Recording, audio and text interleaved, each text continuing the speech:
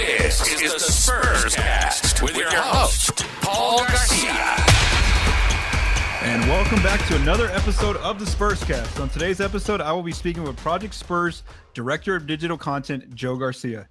In this episode, Joe and I will wrap up the 2022-23 season for the San Antonio Spurs. Let's go ahead and jump right into this episode with Joe. Joe, how you doing? Doing good, man. I can't believe we're actually here, Paul. We're talking about the final, the end of the season for the San Antonio Spurs, the grand finale. You know, this is it. And I mean, we got a lot of things to talk about, but the season kind of, I think, played out the way that we expected, both of us did, before the season even started. Yeah, I mean, just kind of what you said there, you know, you see 22 and a half wins is what Vegas projected. The Spurs basically finished right there at 22 and 60, but it wasn't as bad as I thought. Like the fact that this team was, like we talked about, you know, over the months of the season, it wasn't like it was like a 20-point blowout every night. That's kind of what I expected. I was like worried about that kind of thing. You know, they still had their principles. They fought every night, but obviously we know that they just didn't have the talent out there to compete with everyone, most of the NBA teams. And so, yeah, it wasn't too surprising to see how they ended. But like I said, it was a little bit more entertaining than I was ready for coming in. So let's go ahead and so Spurscast listeners, I haven't recorded in quite a while. It's been about 2 weeks because I wanted the season to basically end first before I came back on the mic. So let's just talk about, Joe, how the Spurs ended the year and then kind of talk about their season overall. So they did finish the year pretty strong. In their last 5 games, they went 3-2 since I last recorded a Spurscast episode. Let's go back to a while back. They defeated the Sacramento Kings in overtime by 8 points. Then they lost on the road at Phoenix by 21 points. They defeated the Portland Trailblazers by 2 in that first game in Austin, Texas. Then they lost to the Minnesota Timberwolves by 20 in Austin on that second game. And then their final season finale was a great win for San Antonio. They blew out the Mavericks, who were trying to tank, by 21 points. So they should have gone 1-4. They ended up going 3-2, a pretty strong end to the season, should I say. And like I mentioned, 22 and 60 overall. They barely missed the over-under with Vegas, which had them at 22.5. So if you bet the under, you got paid there. And then where did they finish as far as overall the record? They did they did their job. They needed to get a bottom 3 record. They did that this season. They actually tied with Houston for the second worst record, and we will find out whether they're going to have the second or third worst record with the random drawing once the playing games are over, according to Bobby Marks. The flip of the coin basically is what Bobby Marks said after the playing games are concluded. So again, the Spurs still have a great chance of getting number 1, the number 1 pick for Victor Wembanyama with 14% odds. But if not, well, then we'll see if they end up with the second or third worst record right there. So Joe, what are your thoughts of just overall general opinions of how the season went and kind of how the Spurs ended it? Well, the season kind of went the way I anticipated, and you knew this was going to be a young team. The young guns were going to get a lot of run, which they did. You expected that the team would be a little bit competitive, not for like 4 full quarters, but at least, start off first, second quarter, be competitive. And then as the game wanes on, you kind of expected a little drop off and fall off there because, it's I don't know if it's so much due to the lack of the actual talent, but I think it's due to the lack of actual game experience, Mm-hmm. So I think that inexperience really showed a lot of its ugly head this season. But regardless of where they fell as far as their overall record, being, with the 22 wins, I kind of had them at 22 to 23. So they were right on schedule for me, right on par there. But regardless of regardless of the record, you have a lot of things that you can take away from. You're looking at this younger core. You're looking at some of the younger players. You're looking at that leap that Devin Vassell took before he got injured, and he was looking really good. Same thing with Jeremy Sohan. His rookie season was kind of, a little lackluster to start because he was getting used to everything. And I think Spurs fans were really hard on him in the beginning, when he first came out here. I don't know what they expected the kid to do, but he ended the season really strong, showed a lot of growth in this just one season, his rookie season, shooting the free throws with one hand, which I'm never going to forget. It just goes to show you how competitive and, how I guess great of a teammate he is, where he's willing to do whatever it takes to try to help the team, not only himself get better, but the team get better as well. So a lot of growth, a lot of things you can be, excited for as a fan, seeing the growth of Jeremy Sohan.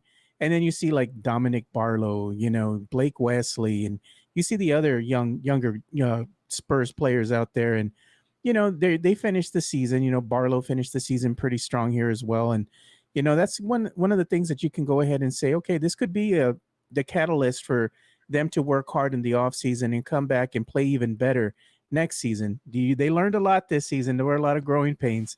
And hopefully if they can get a higher draft pick, and that can be a franchise changing player, this team, along with some of the veterans that they have and a lot of the younger core, can actually, be a little bit more competitive. Will it translate into them flirting with the play-in game? I don't think so. I think it's going to translate to them winning a couple of more games, being a little bit more competitive out there.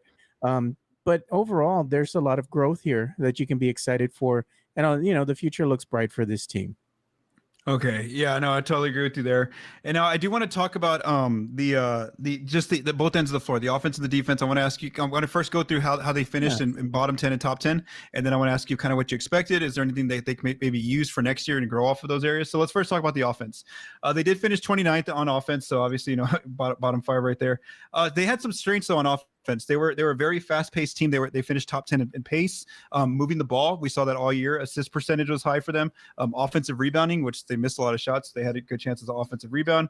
They really attacked the paint a lot this year. Rim makes, they were top 10. Floater makes as well, and then points in the paint. Where they were bottom 10 though, and why, which resulted in that 29th ranking, is turnover percentage. A characteristic that's not usually that we expect from a Spurs team is they usually take care of the ball, but this year, like you said, with all that inexperience and so many players in and out of the lineups, they really didn't do a great job there on taking care of the ball. Points per game, they even though they played really fast, they didn't quite score as efficiently as they should be. Finishing near the rim, they struggled when they did get to the rim. Accuracy on their floaters, they didn't get to the free throw line much. Free throw makes, they were last in the league.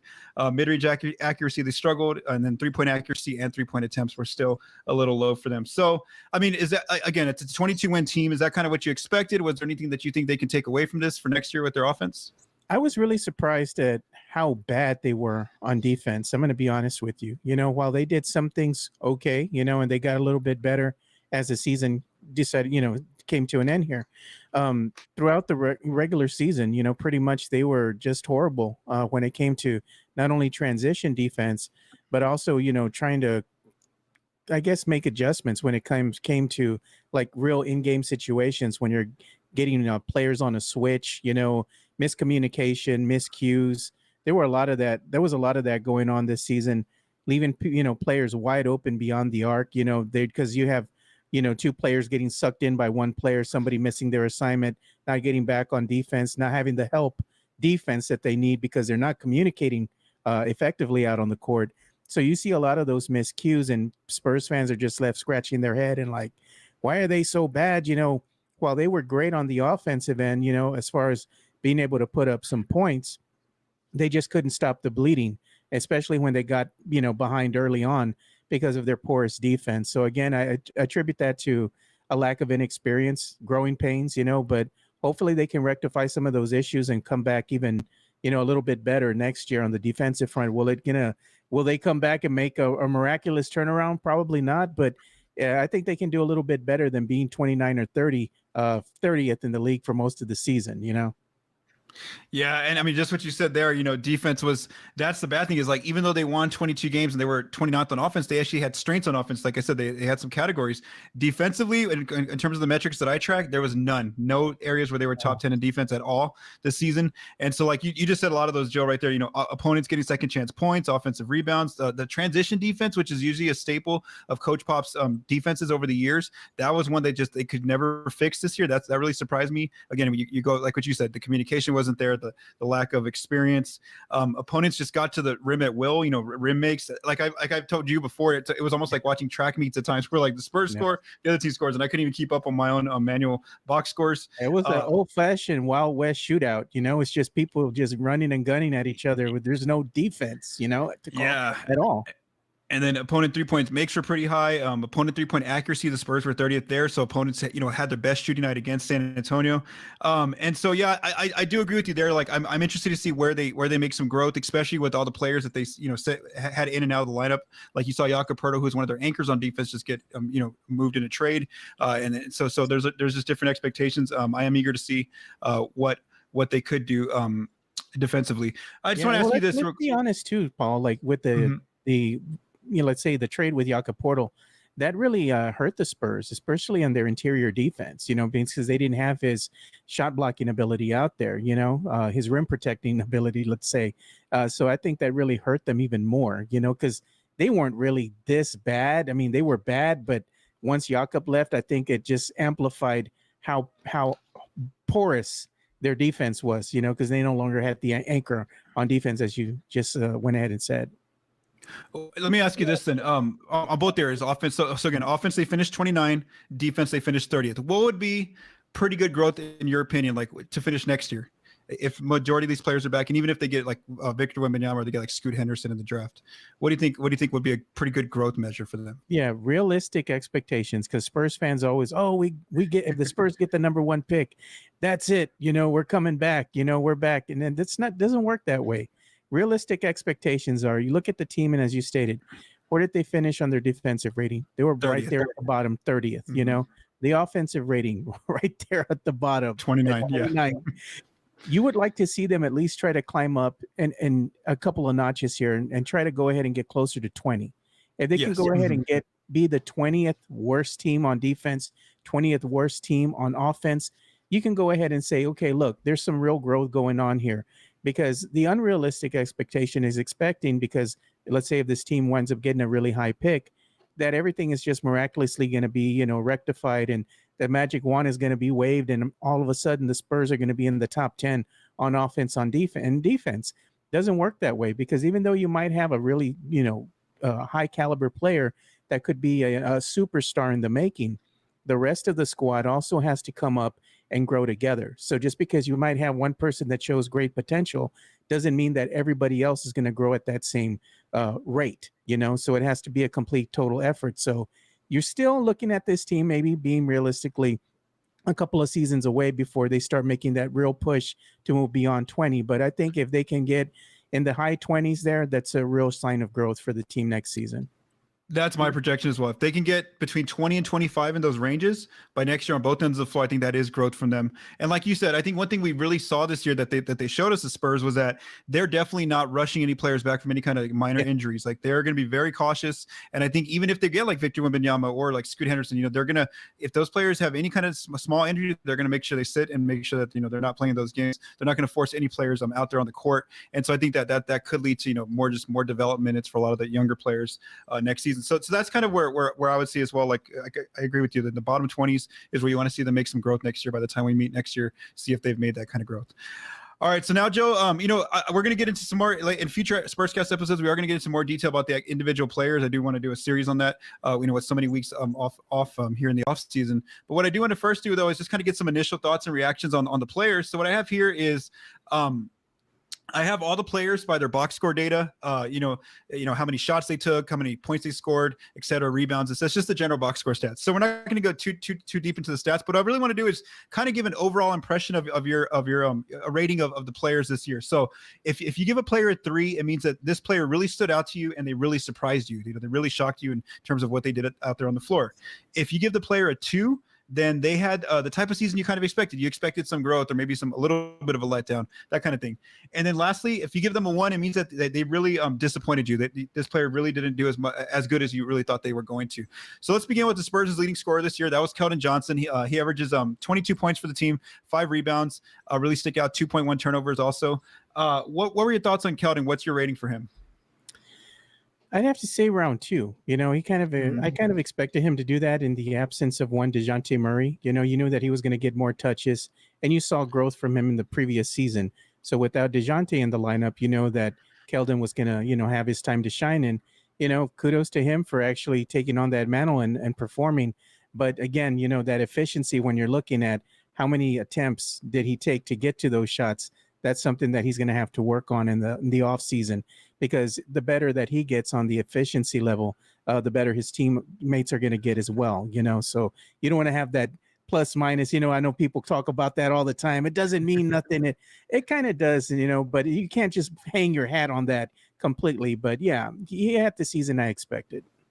Okay, I'm gonna go 2 as well. Really made some growth there, but like you said, there was some areas like that I was really kind of disappointed with him with his 3-point shot where he kind of lost it there at the end of November, and then he kind of never got it back. And then we see that this was one of the top teams attacking the rim, and a lot of that is because their leading scorer Keldon was more so just starting to drive. And I feel like he never quite got his rhythm back from the 3. And I'm interested to see what happens this all season, considering that they did lose Chip England this past year. So that was a coach that used to be a big part of their shooting, and now he's gone. And like I said, Keldon, it didn't look like he quite recovered his 3-point accuracy. So I am interested to see where that goes. But again, I think it's 2. Him develop a 3 though. I'm like, if you're not really great at the 3, you can try to work on it, but it shouldn't be something that you're expected to go ahead and do. I think what he needs to concentrate on is really developing that mid-range game, and having that down pat. If you're great at the mid-range game, knocking down the mid-range jumper, if you see that could be a potential for your growth, and it could be a weapon that you can use effectively, go ahead and work on that by all means, but don't be forced to go ahead and work on a 3 because they expect that out of you. If that's not your go-to thing, don't waste time on it too much. Work on it, but don't devote too much time to it, is what I'm saying. Yeah, well, I just think like in terms of long term, maybe not next season, but like they need high volume because, like I said, they were bottom 10 again, and makes, and we see that Vassell's very comfortable with that shot, and I think that's still a thing for them. But so I'm eager to see where he goes with that, and like you said, he needs to have that in between game as well with that mid range. I feel like some players already ahead of him. They're like Malachi Branham, some other players. If he's not scoring in the paint, he's not scoring at a very high level. Let's put exactly. Be honest. Yeah. Yeah. Next player is Trey Jones. Went from being a backup point guard most of his time in San Antonio to now being the starter this past year. Ends up scoring 12.9 points per game, 6.6 assists, team leader there, 1.3 steals per game. What were your expectations on Trey? What was your rating? Again, being that he's going to be the go-to point guard, the PG, the true point guard. Now that DeJounte wasn't in the lineup, he performed admirably. I would say a 2 as well. He performed just around the way that I thought he would, again, getting more minutes, getting more touches. And he showed that he is a true point guard, while he can go ahead and look for his shot and be effective, and he's not scared, which I like about the guy. He did run the offense effectively while he was out there. So I liked everything I saw out of Trey Jones this year. I look forward to seeing what he can bring next season. Yeah, I agree with you there. He made really good strides. I go with the 2 as well. Kind of what I expected for him to make some growth there. He showed that he can be, for a rebuilding team like the Spurs, he can be a starting point guard, but maybe for like a playoff level team, he needs to be a backup point guard. Yeah. And so I am interested to see what happens with the draft, because they can extend him, and they'll know that what lottery pick they're going to have before his extension, and then if not, he goes into restricted free agency. So as far as decisions, if they end up with like the number 2 pick, well, then they might take Scoot Henderson, and then maybe Trey doesn't want to resign in that case. But if they get Victor Wembanyama, well, then there's still probably an opening starting point guard job there, so he might want to take that. So again, it's just interesting to watch. I agree with you there as a 2. Devin Vassell, I was really bummed that just the injuries plagued him this year. It just surprises me. They felt like he was out there more, but he only played 38 games, I believe. So he ends up, having a really good year, scoring the ball, 18.5 points per game, 3.6 assists, 1.1 steals. What were your thoughts on Vassell? What rating would you give him? I'm going to give Vassell a 3. I think Vassell really surprised me. I expected him to, show some growth, but I didn't expect him to show the growth that he really showed everybody this season. His defensive prowess, was really on par, and his ability to score, he really rised up to that occasion to become a very prolific scorer, I feel, in the Spurs starting lineup. He's shaping up to be one of the best two-way players that the Spurs have right now on their starting unit or on the team period. So I can see that, his ceiling is very high. I actually expect that Devin Vassell will probably have a higher ceiling than one Keldon Johnson. That's just me with the early observation. So I'm looking forward to seeing how much more this kid is going to grow next season. I'm going to go with 3 as well, and mainly because of the shots that the shot difficulty that he was showing, and how natural it was for him. The fact that he took way more threes than I expected when he was out there on the court. And I know that post injury he kind of didn't have as many good games because he was kind of just trying to get back into a rhythm, and he really couldn't because they would keep sitting him once after every other game. But I would go through with the 3 as well, because like I said, I think he's one of those players who's almost he's one of their core players for sure, that they want to build a foundation with, and where he can end up being one of their top 3 players down the road here. All right, Devontae Graham came via trade around the trade deadline, so he ends up playing just the last 2 months of the season with the Spurs. Ends up scoring 13 points per game, 4 assists per game. What were your thoughts on Devontae? Or what's your rating, I should say? This kid surprised me. I'm going to give him a 3. Okay. Because coming into the Spurs system is not something that is really easy to learn, and he came in probably midway through the season via trade, and he just came in here and the kid just like, you know what? I'm not scared. I don't care. I'm just going to go out and ball, and I love the kid's energy. He's always smiling, always enjoying himself out there. It looks like he's a great teammate too. He fit in perfect with this young core, and you just love the chemistry that, he brought to the team. He just like, again, it was a great addition, I think, for the San Antonio Spurs. And I liked the way he played. I liked his style. 13 points is what he was averaging. I wouldn't even have expected him to average that, 13 points. I thought, okay, coming in via trade, having to learn the Spurs system, you were lucky if you got like 4 or 5 points out of the kid on any given night, trying to learn the system and just go out there, play defense, and do the little things that Coach Pop wants. But even Coach Pop said that he was impressed with the kid as well. So, yeah, I mean, he had a great season, in my opinion. Okay, I'm going to go with the 2 there just because I feel like he did a great job. You have to give him credit for taking advantage of the opportunity. The fact there wasn't a lot of guards out there with experience. And when he got the opportunity, he really showed it. And I feel like when he had like some of his top nights, I mean, they were like really there. He was like a top 3 player for the Spurs on those nights. But then there'd be some nights where you forget he was out there on the court when he was like, having difficulty shooting the ball. Kind of what I expected with the fact that he got more opportunity than he had in New Orleans before. All right, next player is Zach Collins. Had a really good year. Was able to stay healthy. We know that injuries have been a thing that plagues him most of his career. 11.6 points, 6.4 rebounds. Let's see here, 2 turnovers and 3.2 fouls. That was one of his big issues was the fouling. He got a lot more opportunity when Jakob Poeltl got traded. What's your rating for Zach this year? Oh man, this one's tough because Zach Collins is one of the guys that's a wild card for the San Antonio Spurs. He was always injury prone when he was over in Portland. Spurs went ahead and took a chance on him, and he came at a very steep discount. He couldn't stay healthy. Came in this season, got injured early on, missed some games there. Jakob was, pretty much the starting center and soaking up those minutes, and Zach was coming off the bench. Didn't look too good off the bench. I'm going to be honest with you. He did the job admirably, I believe, but he could have done a little bit better, given, I guess, the expectations that you wanted out of a player of his caliber. Now that Jakob left and he was, getting those minutes, I think he still performed admirably, but overall, I'm going to be perfectly honest with you, Paul. I'm still disappointed. I wanted to see more out of him. Wow. So I'm going to actually give him a 1. Oh, okay. Our first one there. Okay. So see, that's where we're on the different ends of the spectrum.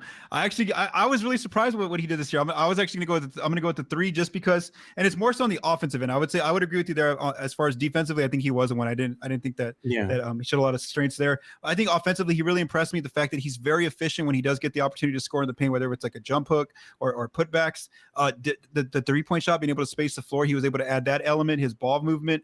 And then also just the fact that like we said, he's able to finally stay healthy. And I think for me, he really surprised me, especially getting more opportunity. Once Jakob got moved, I felt like we got to see a lot more of him. And like Pop said recently to the Express News, he had said right before the season ended that they expect Zach to be their starting center even on day 1 for next season. And so that shows that even if they get Wembanyama, they're probably going to play Wembanyama at the 4 and still let Zach be that 5. Which you and I talked about how Zach can work out next to a new player like that. So I was actually surprised by just his offensive leap that he took. I didn't expect that from him, but I understand what you're saying about the 1, especially defensively. I really think that is an area where future-wise, years from now, that's going to be an issue, is that he can't be your center of the future. He has this thing where I call barbecue chicken, like Charles Barkley likes to go ahead and he coined that phrase. What happens with Zach a lot of times is that he'll go ahead and try to guard some of the more prolific guards that have that speed and athleticism. What happens is that even though Zach towers over them in size, there's no way that he's able to keep up with them because of the speed and athleticism that these guards have. So what they do is they go ahead and they draw him out at the top of the key. They kind of have that little, stutter step that they kind of put him to sleep with. And once he's out of the paint, I mean, it's all but over. He can't get back on the defensive end fast enough. They get a quick layup, or they get a quick, easy bucket, and there's nothing he can do. He's just left watching, and when you have a player that's your starting center, you would expect him to recover a little bit more. Let's be honest, Jakob wasn't the fastest guy out there, but his length made up for his speed, and he had a really high basketball IQ. And I thought he played really good defense, interior defense in the paint. His shot blocking ability was sorely missed after he was traded. You didn't really see that out of Zach Collins. There wasn't a lot of shot blocking. The teams weren't respecting him when he was inside the paint. They knew that they could go ahead and go around him, go over him, shoot over him. I mean, he's just lacking on the defensive end. And to me, it just seems like at times it becomes a liability, especially when you're going at some of these younger athletic teams in the NBA, and it kind of really shows, especially in blowout losses, where he's really out of his element. So there's some things he needs to work on. Okay, so yeah, no, good observations there, and like I said, we do expect him back on the Spurs because Coach Pop basically said it himself that he expects Zach to be the starting center on day one of the new season. Let's go to one of the players that was a fan favorite here earlier to end the year. That was Sandru Mamukelashvili. Just barely started playing in March with the team. They claimed him off waivers and signed him for the rest of the year. 10.8 points in his short time with the Spurs. 6.8 rebounds. Really stick out for you. What's your rating on Mamu? I got to give Mamu a 3, man. Mamu came in. Me too. Yep. And he just surprised the heck out of everybody. I didn't think Mamu was going to be this good. It's like, who is this kid? I never heard of him before, So it's like, is he going to be one of these players that's just going to be delegated to garbage minutes and, Pop just playing him every once in a while? That was not the case. Coach Pop put the kid in and he put on a show, and everybody just fell in love with his nickname, Mamu. And I mean, how can you not love the kid? I mean, when you hear him in interviews and you see him out there on the court, just high energy, smiling, just glad to be there and just being the best teammate he can be, you can't help but smile too. So I'm a Mamu fan. I'm thinking maybe I might even have to add that to my arsenal of jerseys, the Mamu jersey. So oh man, I love Mamu, man. The last name on the back of that jersey. Whew, it's a long one. Yeah. I agree with you. Like I said, 3 as well. Just his passing was really what blew me away. The fact that the way he saw, in the open court, he was feeding Jeremy Sohan with alley-oop dunks. He had, even in the last game of the year, I think it was against Dallas, where he had almost a behind the back fake, and then the player didn't make it. He just threw some crazy passes, backdoor passes to teammates. His 3-pointer was very surprising to me too. The speed of which he releases his shot. Now I know he didn't shoot it as well, but that he just really surprised me. So yeah, I'll give him a 3 as well. Jeremy Sohan, the rookie, I think this is a big deal for him. The fact that in year 1, he already averages 11 points per game. This is a guy who we thought wasn't going to get to 10 points a game because, he came in with expectations like a future Ben Simmons or like a Draymond Green kind of player. And the fact that he showed a lot more offensively really surprised me. 5.3 rebounds a night. I would give Jeremy Sohan a 3. What would be your rating for him? Jeremy Sohan really surprised me. This is his inaugural season, his rookie season. From where he started to where he finished, I mean, the growth was just instrumental. The ceiling for Jeremy Sohan is going to be so high, and it's no wonder that he's become a fan favorite here. You're seeing kind of similarities between him and the worm, Dennis Rodman, and how they went about the game as far as playing defense and the colorful hair and all that. I can see the stark realizations of that, but again, he's not going to be a Dennis Rodman type of player. We have to go ahead and come back down to earth and say, you know what, Jeremy Sohan is going to be a really good player. He's showing all the makings of maybe a star in the making for the San Antonio Spurs. And I like the kid. I think he's coming along very nicely. He's shown that he can actually shoot the ball. And not only that, but with his speed and his athleticism. He's a joy to watch in the open court. He just comes out there, he's running and gunning, flying in for some spectacular dunks, alley-oops, backdoor cuts. I've seen a lot out of the kid, to get excited for. And he has a high basketball IQ, always willing to learn, very coachable, and again, a great teammate out there, always, going ahead and clapping and pushing his teammates forward, and singing their praises even after games and interviews. So overall, man, it's just been a joy to watch Jeremy this year, and I look forward to seeing his growth even next year. Let's see what he can do then. Yeah, I agree with you 100%. And then even like he was an agitator on defense. Remember, a lot of players No. would get frustrated with Oh, him. really mad. Yeah, it just his versatility defensively. We saw him guarding Steph Curry in games.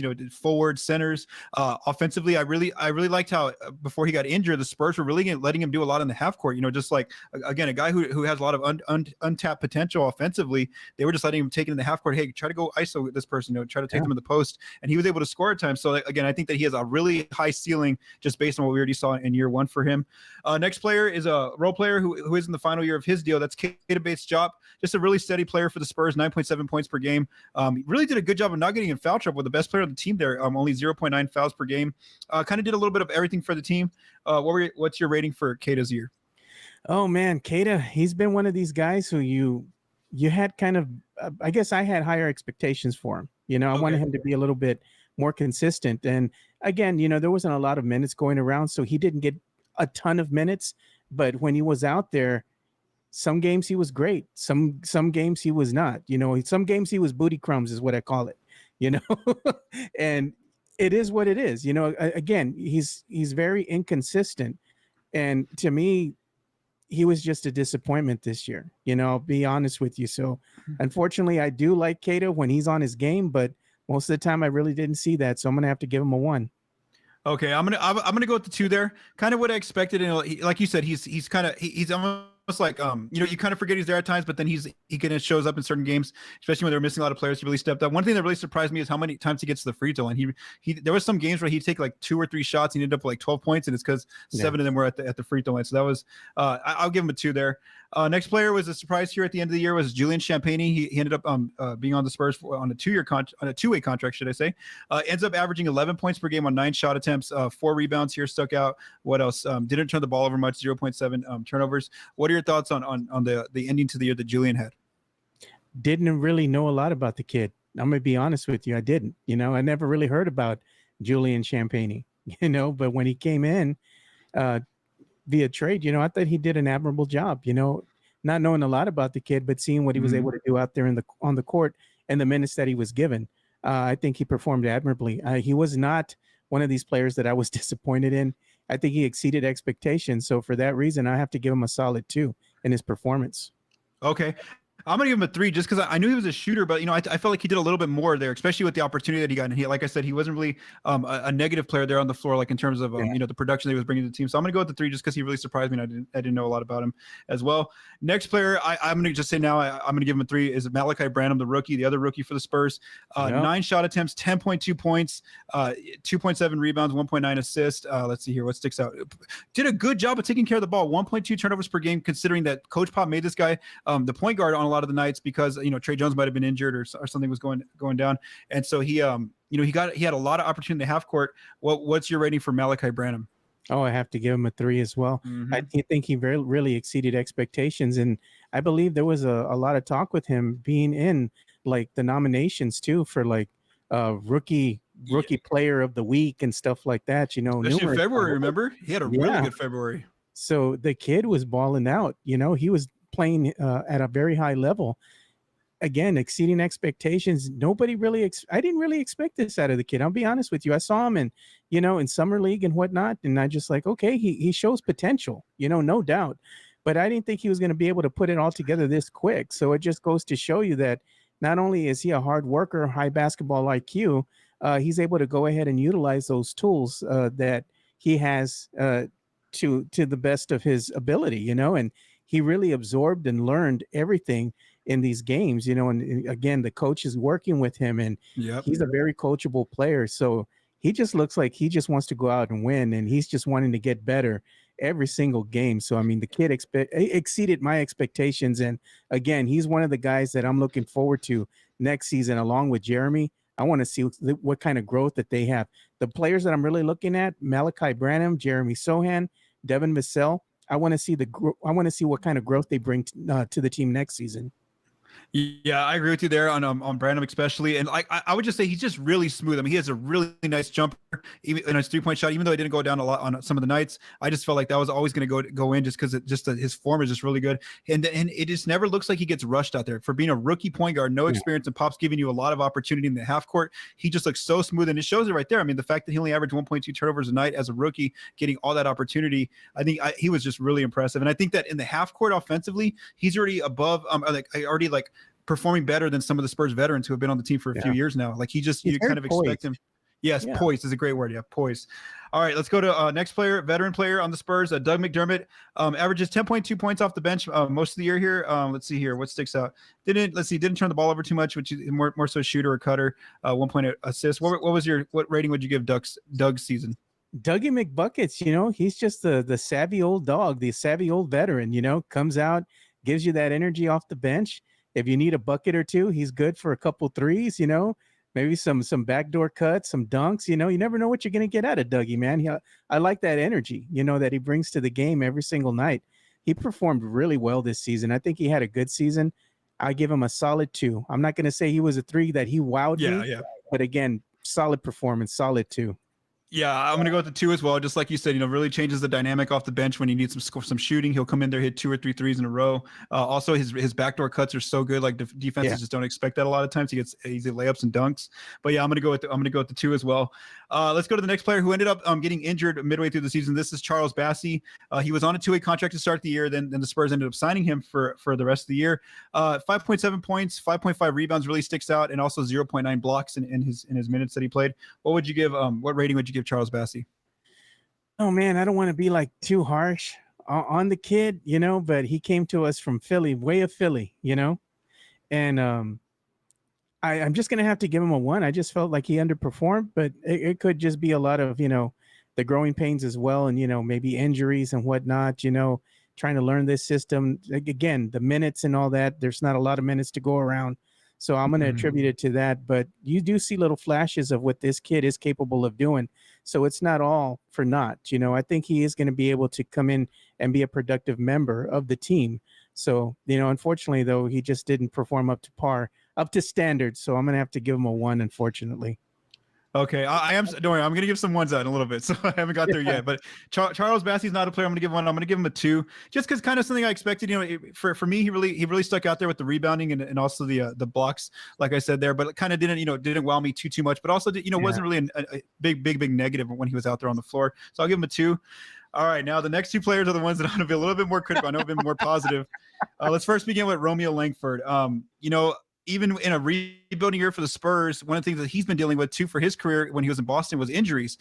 And this year, again, just a lot of different injuries for him, all different areas, especially on an opportunity when he could have had a good chance to get good minutes and carve out a role for himself.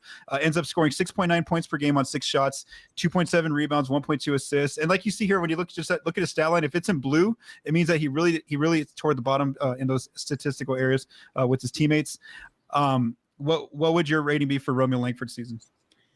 The kid didn't wow me this season. I'm going to be honest with you. One of these other players that just didn't live up to the expectation, and I don't know what to attribute it that to per se, like what exactly went wrong there, but the kid definitely has some work to do in the off season.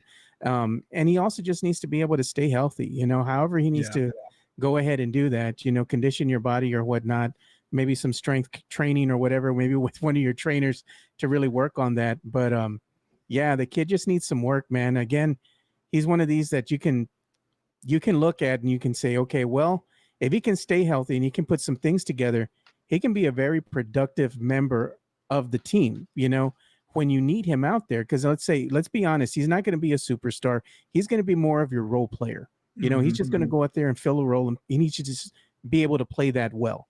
And I just feel like he just hasn't done that consistently. So for that reason, unfortunately, I have to be real and give him a 1. Yeah, I'm gonna go with the one as well. Part of it isn't his fault. It's the fact that he just continues to get injured, different injuries throughout the year. But I mean, there's opportunity there, but he just can't stay healthy. And then part of it too is like he had some really good strides during the year, like where Pop. Remember, he was like one of the defenders. Pop was like praising him, like he's like one of our best defenders on the team.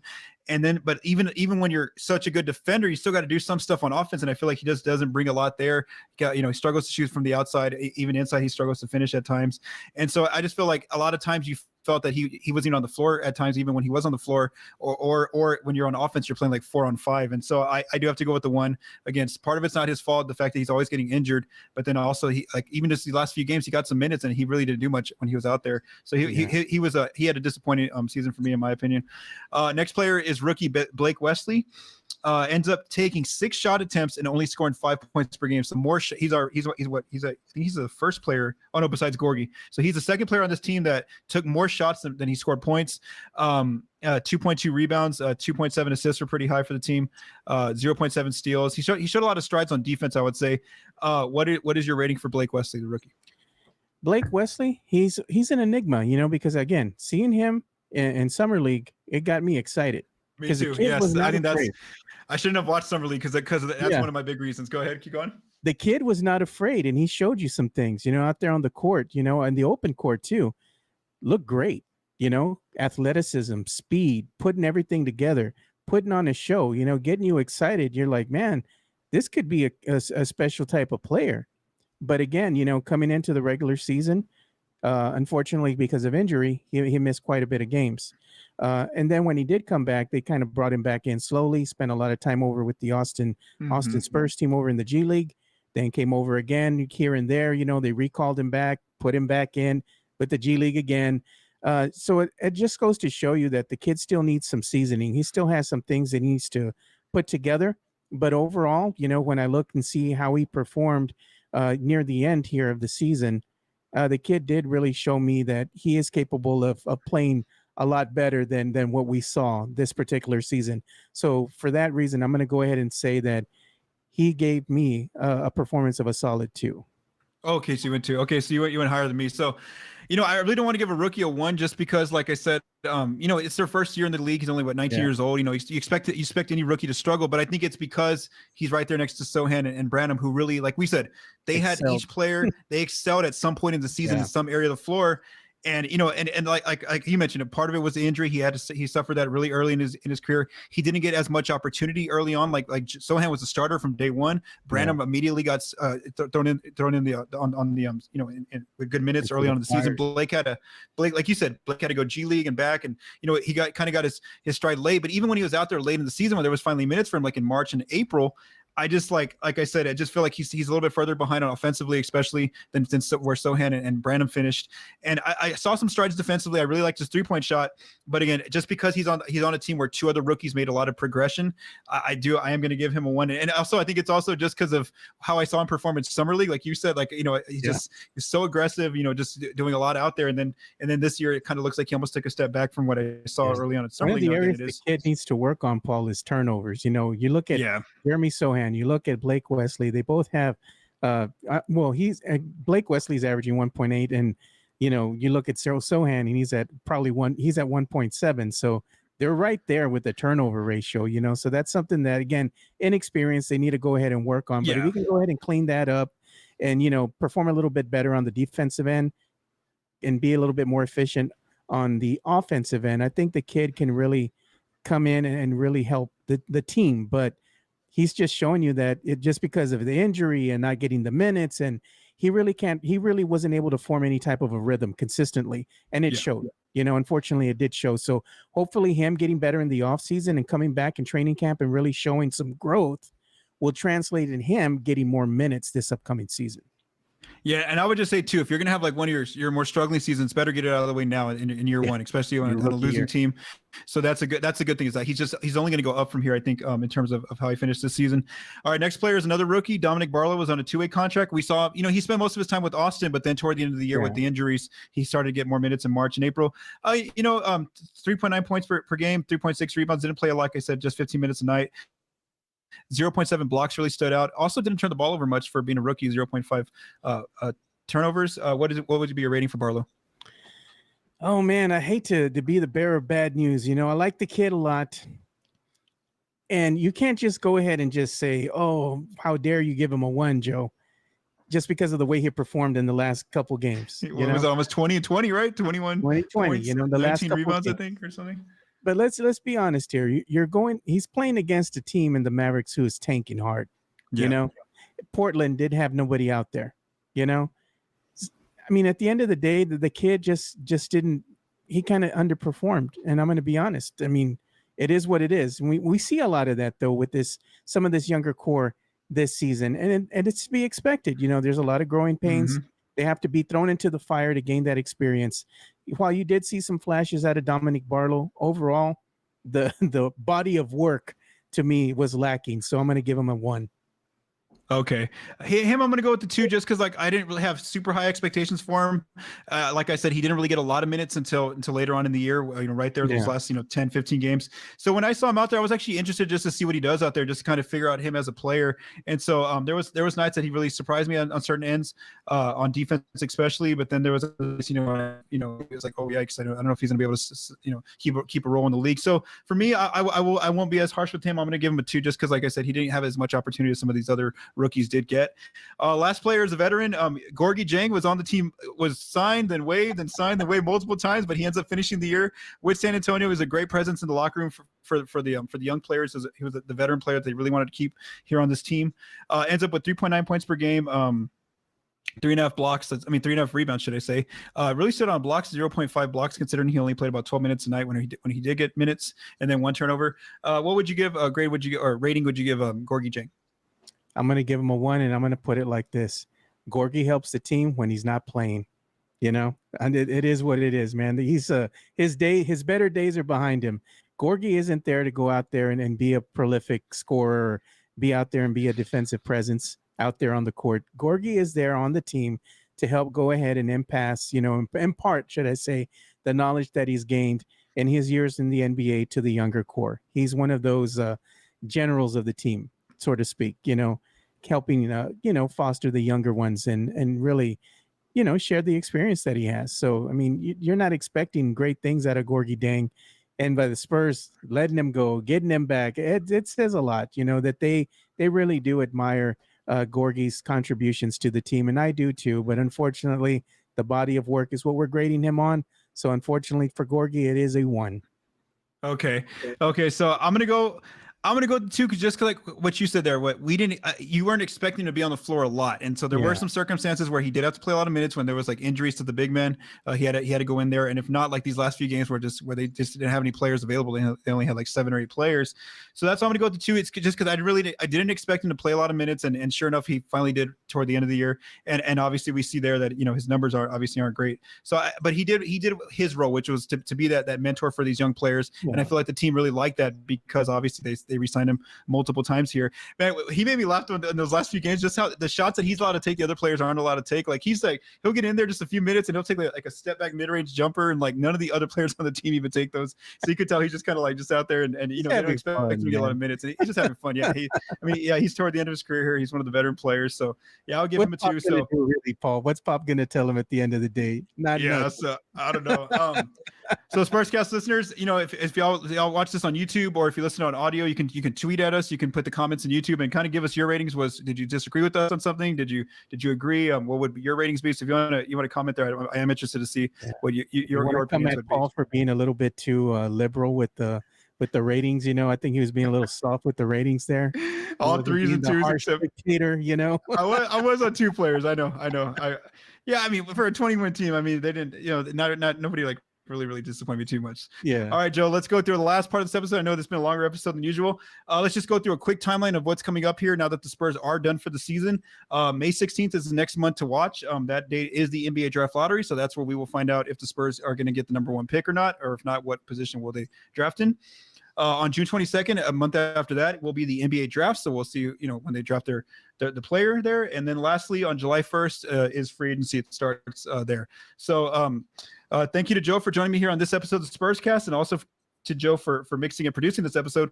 Spurscast listeners, just a heads up. The next few weeks we will be having more episodes, especially diving into like the free agency stuff for the Spurs. Who's going to be a restricted free agent, unrestricted free agent, how much cap room are they going to have, all those kind of questions. And also, I'll be having Benjamin Bornstein on in future episodes as well to kind of break down the draft prospects now that the draft is the next thing that's kind of on our radar here with Project Spurs. So for Joe Garcia, I'm Paul Garcia. Thank you. Have a great day. See you.